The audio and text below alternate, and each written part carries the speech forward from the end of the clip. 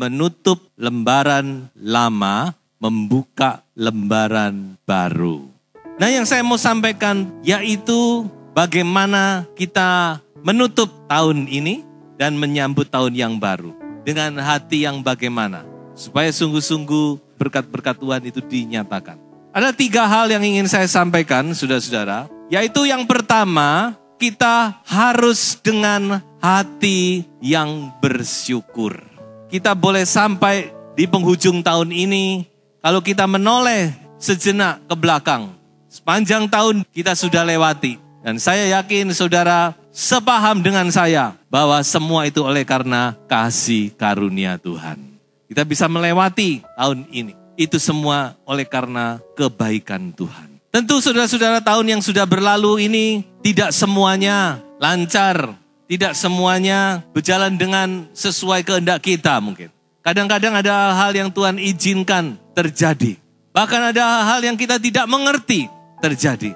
Tapi saya percaya bahwa Tuhan itu tetap baik adanya. Roma 8 ayat 28. Semuanya itu bekerja bersama untuk mendatangkan apa? Kebaikan bagi orang yang mengasihi Tuhan. Memang ada hal-hal yang kita tidak mengerti, saudara-saudara. Hari-hari ini sangat berat. Memang kita tidak mengerti, saudara-saudara. So itu saudara-saudara, kita mau dalam segala keadaan, mungkin juga saudara mengalami hal-hal yang tidak kita mengerti. Tetapi percayalah, Tuhan Yesus pernah berkata, kalau tidak kehendak Tuhan, tidak sehelai rambut pun akan jatuh ke tanah. Dan ayat lain berkata, segala sesuatu mendatangkan kebaikan. Oleh sebab itu saudara-saudara tetaplah bersyukur. Walaupun hati berat, tapi kita mau tetap bersyukur seperti Habakuk. Saudara baca nanti kitab Habakuk di pasal-pasal terakhir. Dia bilang, walaupun ini terjadi, walaupun itu terjadi, walaupun begini, walaupun Tuhan izinkan ini, tetapi aku tetap bersuka cita, aku tetap bersyukur kepada Tuhan. Yang berikutnya, hal yang kedua, tadi yang pertama adalah kita mau masuk tahun yang baru ini dengan bersyukur. Yang kedua, yaitu dengan satu komitmen kepada Tuhan. Komitmen apa? Yaitu komitmen untuk membina hubungan yang sehat dengan Tuhan. Jadi Tuhan dengan kita, hubungan. Kekristenan itu adalah relationship. Kekristenan itu bukan agama, bukan seperangkat peraturan yang harus kita taati. Tetapi kekristenan itu adalah hubungan. Hubungan kita dengan Allah. Hubungan Allah dengan kita. Nah, hubungan ini, hubungan yang bagaimana? Mari di tahun yang baru ini kita mau mempunyai hubungan yang sehat. Kenapa saya pakai kata sehat? Karena kata sehat itu terdiri dari singkatan. Yang pertama, C-nya adalah sembah. Mari di tahun yang baru kita mau tingkatkan kehidupan penyembahan kita. Karena penyembahan itu yang membawa kita masuk ke dalam hadirat Tuhan. Kita mau tingkatkan. Mari kita duduk di hadirat Tuhan, menikmati Tuhan, menyembah, membuka hati, mengizinkan Roh Kudus bekerja dalam kehidupan kita. Dan kita juga mau belajar untuk menyembah di dalam roh dan kebenaran. Yohanes 4 ayat 24. Allah mencari orang yang menyembah di dalam roh dan kebenaran. Kelihatannya gampang, tapi tidak gampang. Allah berkenan kepada orang-orang yang menyembah dalam roh dan kebenaran. Bagaimana menyembah dalam roh dan kebenaran itu? Itu rahasia yang harus Anda pribadi dengan Allah. Bergumul sampai kita mengerti apa itu menyembah dalam roh dan kebenaran. Belajar menyembah. Sudahkah kita menyembah menurut kehendak Tuhan? Nah, masih satu tanda tanya. So itu mari kita tingkatkan ini. S ini. Sembah ini. Karena penyembahan itu yang paling dekat membawa kita ke hadirat Tuhan. Lalu berikutnya H berbicara tentang hormat. Jangan lupa, Tuhan juga mau, Tuhan juga ingin, Tuhan juga minta dihormati. Kalau saudara tidak percaya, baca Maleaki 10 kali Tuhan berkata, hormati aku. Kita tidak bisa berhubungan dengan Tuhan kalau kita tidak menghormati Tuhan. Tidak mungkin. Amsal pasal 3 ayat 6 juga berkata, dalam segala lakumu, akui dia. Apa itu artinya akui dia? Akui keberadaannya. Perhitungkan keberadaan Tuhan itu. Kita sudah melewati Natal bukan? Dan Immanuel itu tidak berhenti di Natal. Artinya apa? Tuhan itu selalu ada dalam hidup kita, saudara. Sudahkah kita mentuhankan dia? Mengakui, menyadari keberadaannya. Ini yang dikatakan oleh Amsal. Acknowledge him. Kita mau ingat ini, saudara. Dan menaruh hormat itu juga mempunyai arti kita mau belajar memberi yang terbaik kepada Tuhan. Mengutamakan Tuhan, memprioritaskan Tuhan. Karena dia memang utama. Kalau dia tidak utama, dia tidak minta diutamakan. Tapi karena dia memang raja di atas segala raja. Maka Tuhan layak diutamakan dalam hidup kita. Ya, masih banyak lagi, tapi cukup 2 hal ini kita ingat tentang hormat. Dan yang ketiga, taat itu bicara tentang taat. Kita juga mau belajar untuk mentaati Tuhan. Mentaati perintah. Taat itu selalu hubungannya dengan perintah. Perintah ditaati. Bos memerintah, bawahan melakukan. Itu namanya taat. Lalu sekarang masalahnya, perintah yang mana?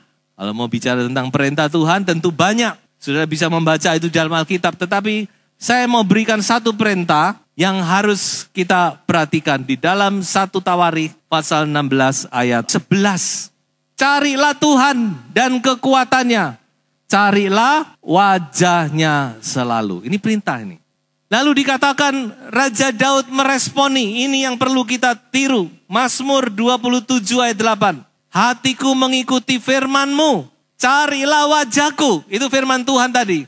Carilah wajahku. Seek my face. Maka dikatakan apa? Wajah-Mu ku cari ya Tuhan. I seek your face. Ya, mari kita mau pakai kehidupan kita. Waktu kita untuk kita lebih lagi mencari wajah Tuhan. Nah mari kita mau lebih lagi memberi waktu kepada Tuhan mencari God's book. Bukunya Tuhan. Nah itulah yang kedua tadi. Komitmen kepada Tuhan. Komitmen untuk membina satu hubungan yang sehat dengan Tuhan. Terdiri dari sembah, hormat, dan taat. Itu baru kedua. Sekarang yang ketiga. Bagaimana kita menutup lembaran lama dan membuka lembaran baru? Yaitu kita mau memperbaiki hubungan dengan sesama. Terutama di sini adalah dengan orang-orang yang dekat dengan kita. Teristimewa dengan pasangan kita. Dengan istri atau dengan suami kita. Banyak rumah tangga yang masih perlu dipulihkan hubungan suami istri ini. Ini penting. Hubungan suami istri itu kalau tidak beres, saudara. Aduh, bagaimana kita bisa berbahagia? Mari hubungan ini dipulihkan. Tadi yang kedua dengan Tuhan, sekarang jangan lupa dengan sesama. Dengan istri yang terdekat, dengan suami yang paling dekat. Itu yang paling penting. Bahkan mungkin dengan anak-anak, dengan orang tua. Ayo kita mau perbaiki ini. Masuk di tahun yang baru ini. Lalu bagaimana caranya? How? Saya beri satu saja. Lepaskan pengampunan. Hari ini, jangan tunggu besok. Today, saudara, lepaskan pengampunan. Pengampunan dalam bahasa Mandarin su, raosu, kuansu. Dan lucu nih, su ini lihat saudara ya. Su ini terdiri dari 3 kata sebenarnya. Ada ni, wanita. Ada go itu artinya mulut. Dan di bawahnya sin artinya hati. Kalau ni sama go digabung itu ru artinya seperti. Ru atasnya bawahnya sin. Artinya sin itu kan hati. Jadi saya pikir ini tidak sekedar diciptakan tulisan ini. Saya yakin pencipta tulisan ini sudah mengerti apa itu artinya pengampunan. Pengampunan itu harus keluar dari hati kita. Amin. Bukan cuma sekedar dari mulut. Mulut juga, tapi hati juga. Seringkali kita mulut dan hati nggak sama. Nah ini nggak benar, nggak boleh. Hati dan mulut itu harus satu. Pengampunan itu harus dari hati kita. Hati yang bisa mengampuni. Keluar dari mulut. Dan lucunya, kok ada ni di sini, ini saya nggak mengerti. Kenapa kok bukan nan, bukan pria, tapi ni. Rupa-rupanya wanita itu lebih gampang ngampuni. Amin. Kalau dibanding pria, wanita itu lebih gampang kayaknya ya. Ayo dimulai dari ibu-ibu, ampuni suamimu. Mungkin suamimu pernah mengasari engkau, pernah nyakiti engkau dengan perkataan yang kasar, perlakuan yang kasar. Udah ampuni saja. Memang tidak mudah, saudara. Saya tahu. Kalau saudara tanya gampang, tidak gampang. Tapi mau gimana, ada cara lain. Tidak akan pernah ada pemulihan tanpa pengampunan. Kalau kita mau melihat pemulihan itu terjadi dalam rumah tangga kita, step pertama itu pengampunan. Tidak mungkin ada pemulihan tanpa pengampunan. Tidak mungkin. Kalau saudara masih simpan sakit hati, dendam, amarah, akar pahit, tidak mungkin hubungan ini bisa pulih. Ini tidak ada cara lain, saudara. Dan ingat bahwa pengampunan yang Tuhan kehendaki itu adalah pengampunan tanpa syarat. Duh, kok enak? Ya apa? Bang kita juga diampuni tanpa syarat loh. Kalau tidak percaya bacaan itu, Matius 18. Hamba yang tidak bisa bayar itu, minta-minta tolong, nyembah-nyembah sama tuannya. Akhirnya tuannya bilang, oke lah, karena kamu nggak bisa bayar.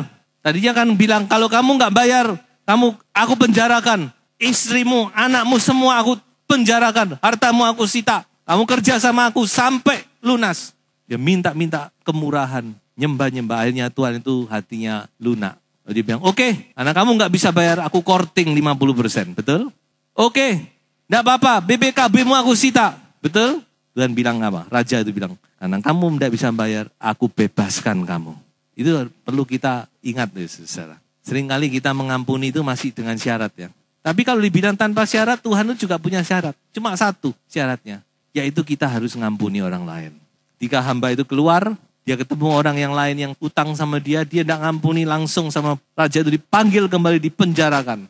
Mari saudara, kita mau minta tolong kepada Tuhan. Tuhan pasti akan berikan kemampuan untuk kita bisa melaksanakan firman-Nya. Oleh pertolongan Roh Kudus. Oleh sebab itu, lepaskan pengampunan. Kalau saudara masih belum bisa datang berdoa, bereskan. Minta kemurahan Tuhan. Supaya saudara plong, saudara-saudara. Karena saya percaya di tahun yang baru ini ada berkat-berkat yang baru. Ada mujizat-mujizat yang luar biasa. Kemuliaan Tuhan akan makin dinyatakan lagi dalam kehidupan kita. So itu kita siapkan hati kita. Siapkan kehidupan kita. Dengan hati yang bersyukur. Kita mau menutup lembaran lama, membuka lembaran baru. Dengan satu hati yang bersyukur kepada Tuhan. Syukuri segala yang terjadi. Apapun juga kita percaya Yesus baik adanya. Tuhan yang kita sembah adalah Tuhan yang baik. Dia selalu melakukan yang terbaik untuk anak-anak. Dia tidak pernah salah. Kedua, komitmen yang baru. Kita mau punya hubungan yang sehat dengan Tuhan. Sembah, hormat, taat. Dan yang ketiga, hubungan yang sudah diperbaiki dengan sesama. Dengan kita melepaskan pengampunan. Niscaya berkat-berkat dan pertolongan Tuhan yang ajaib akan kita alami di tahun yang baru. Tuhan Yesus memberkati.